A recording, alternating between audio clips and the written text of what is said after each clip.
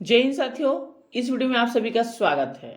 इसमें हम जो है विज्ञान के महत्वपूर्ण जो प्रश्न उत्तर है वो हम आपको बताने वाले हैं, देखने वाले, इस पर हम चर्चा करने वाले हैं। ठीक है दोस्तों, इसमें से बहुत से जो है विज्ञान के जो क्वेश्चन हैं वो पहले ही एग्जाम में पूछा जा चुका है। ठीक है, तो बिल्कुल भी वीडियो को स्किप मत कीजिएगा और वीडियो के अंत तक बनी रहिएगा।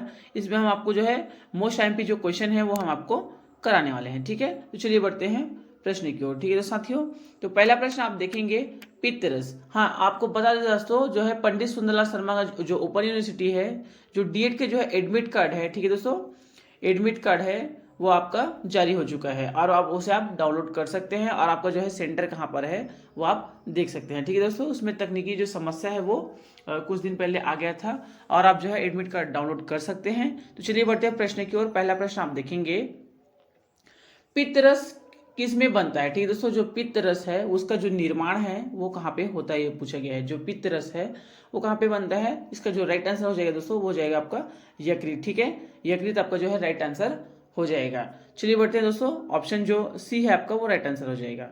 चलिए बढ़ेंगे अगले प्रश्न की ओर।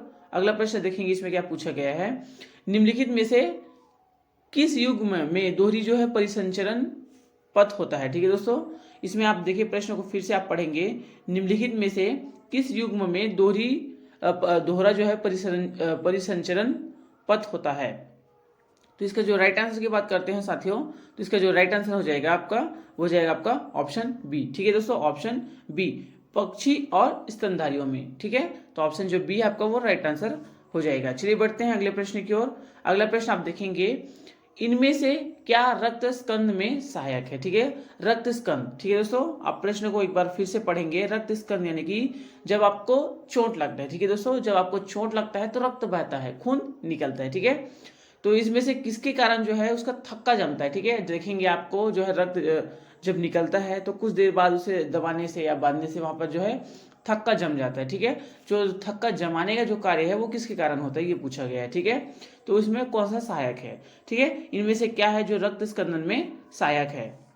Vitamin A, vitamin D, vitamin के और फोलिक अम्ल। तो इसका जो राइट आंसर हो जाएगा दोस्तों वो हो जाएगा आपका ऑप्शन सी। ठीक है दोस्तों, विटामिन के है वो थक्का जमाने का कार्य करता है। ठीक है दोस्तों, ये आपका राइट आंसर ऑप्शन सी हो जाएगा, विटामिन के। चलिए बढ़ेंगे अगले प्रश्न की ओर साथियों।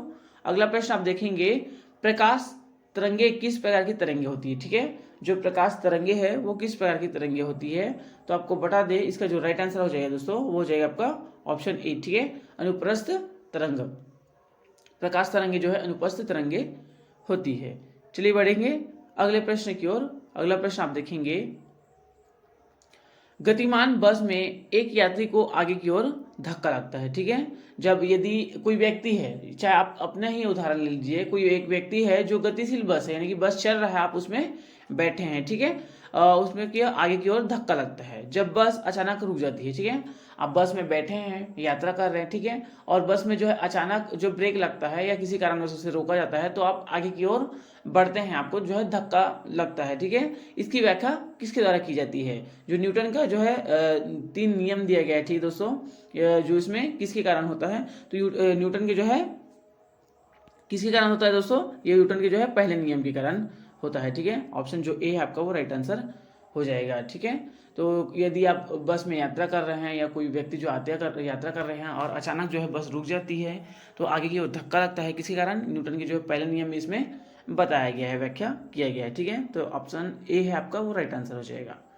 अगले प्रश्न की ओर बढ़ेंगे, निम्नलिखित में से किस जलीय जंतु में गलफड़े नहीं होते हैं। ठीक है, तो ऑप्शन जो डी है आपका वो राइट आंसर हो जाएगा। ठीक है दोस्तों, वेल के जो है जंतु है ऐसा जिसमें जो है गलफड़े नहीं होते हैं। अगले प्रश्न की ओर बढ़ते हैं। अगला प्रश्न आप देखेंगे, कौन सा जीव त्वचा से सांस लेता है। ठीक है, सांप देखेंगे, सांप, केचुआ, बंदर, ठीक है दोस्तों, और मनुष्य। तो कौन सा जो जीव है वो त्वचा से सांस लेता है, तो आप केंचुआ आप देखेंगे दोस्तों, ये कहाँ पाया जाता है, मिट्टी में। ठीक है, मिट्टी के अंदर ये जो सना होता है और ये जो है ये त्वचा से, ठीक है, त्वचा से जो है श्वसन करता है। ठीक है, त्वचा से जो है सांस लेता है, तो ऑप्शन जो बी है वो आपका राइट आंसर हो जाएगा। चलिए बढ़ेंगे अगले प्रश्न की ओर। इंसुलिन की खोज किसने की थी। ठीक है दोस्तों, इंसुलिन की जो खोज है वो किसने की थी, तो इसका जो राइट आंसर की बात करते हैं वो हो जाएगा आपका ऑप्शन ए। ठीक है दोस्तों, बेंटिंग के द्वारा जो है इंसुलिन की खोज की गई थी। इसमें से बहुत से ऐसे प्रश्न हैं साथियों जो विगत वर्षों में जो है पूछा जा चुका है। ठीक है, तो बिल्कुल भी वीडियो को स्किप मत कीजिएगा, वीडियो के अंत तक बनिएगा। इसमें से बहुत से जो क्वेश्चन हैं आपके लिए हेल्पफुल होने वाले हैं, ताकि आगामी जो परीक्षा है उसके लिए आप जो है अच्छे से तैयार हो जाएं। ठीक है, तो वीडियो के अंत तक जरूर बनी रहिएगा। अगला प्रश्न की ओर बढ़ेंगे। नेत्र के लेंस में फोकस दूरी किसके द्वारा सही रखी जाती है? ठीक है दोस्तों, जो नेत्र की जो लेंस है उसकी जो फोकस दूरी है, ठीक है, किसके द्वारा सही रखी जाती है? इसका जो राइट आंसर की बात करते हैं वो हो जाएगा आपका सिलियरी मांसपेशियों के द्वारा। ठीक है दोस्तों, सिलियरी मांसपेशियों के द्वारा जो है नेत्र का जो है लेंस की जो फोकस दूरी वो सही रखी जाती है। तो ऑप्शन जो सी है वो आपका राइट आंसर हो जाएगा। ठीक है, चलिए बढ़ते हैं अगले प्रश्न की ओर साथियों। अगला प्रश्न आप देखेंगे, निम्नलिखित में से कौन सी एक मिश्र धातु है? ठीक है, इसमें जो है जस्ता, स्टील, सीसा और एल्यूमिनियम, इसमें से कौन सा जो है मिश्र धातु है? इसका जो राइट आंसर की बात करते हैं दोस्तों, जो स्टील है आपका वो मिश्र धातु है। ठीक है, स्टील जो है वो मिश्र धातु है। ठीक है, तो ऑप्शन जो बी है आपका वो राइट आंसर हो जाएगा। अगले प्रश्न की ओर बढ़ते हैं। रिचर स्केल, ठीक है दोस्तों, रिचर स्केल किसके मापन में प्रयोग होता है? ठीक है, ये जो रिचर स्केल है उसके द्वारा जो है किसका मापन किया जाता है? तो इसका जो राइट आंसर की बात करते हैं साथियों वो हो जाएगा आपका ऑप्शन ए, भूकंप की तीव्रता। ठीक है, ऑप्शन जो ए है वो आपका राइट आंसर हो जाएगा।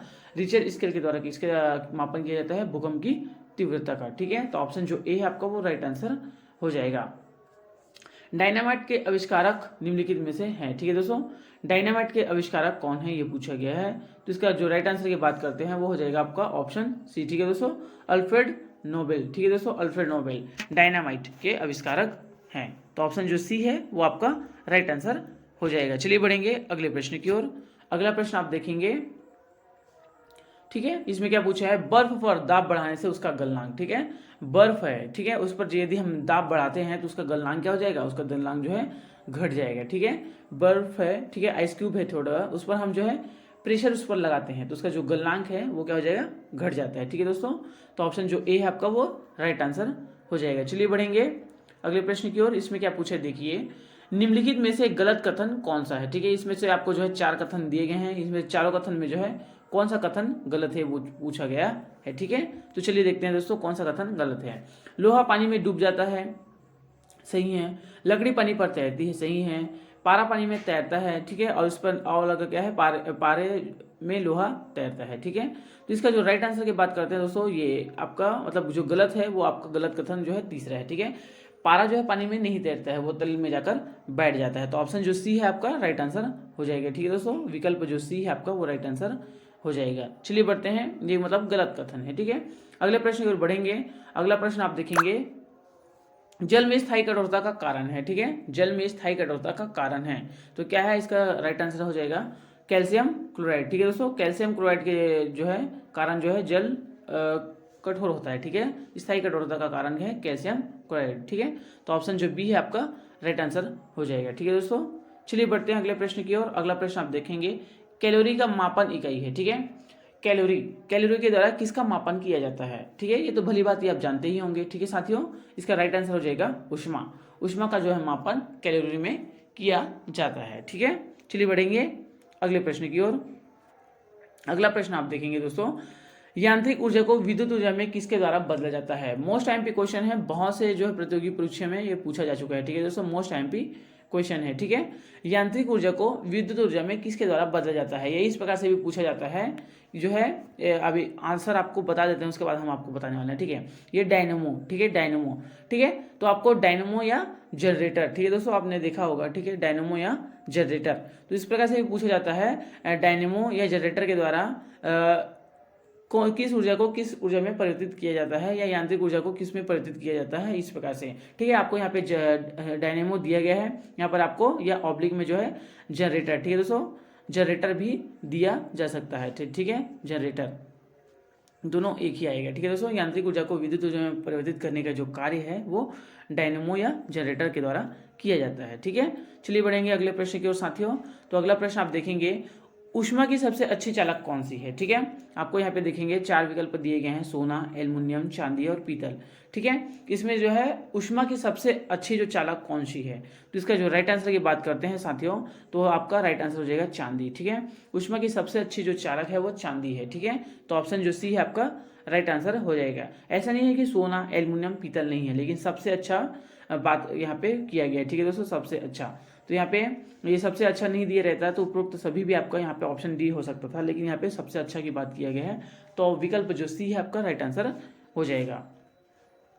अगले प्रश्न की ओर पढ़ते हैं। बायोगैस का मुख्य अवयव है, ठीक है दोस्तों, बायोगैस का जो है मुख्य अवयव कौन सा है, इसका जो राइट आंसर की बात करते हैं वो हो जाएगा आपका मीथेन, ठीक है।